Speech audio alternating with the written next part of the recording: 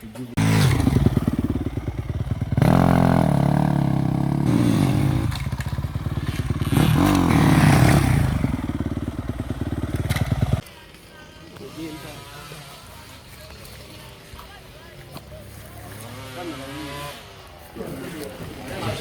My name is Sebuguzi, and I'll be riding Mx2 250 this year.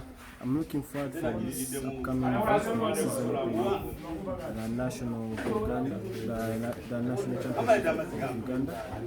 I've been practicing, putting in the work, really trying to get more comfortable in the 250 because it's a big class and it's a huge upgrade from 2-stroke again to 4-stroke.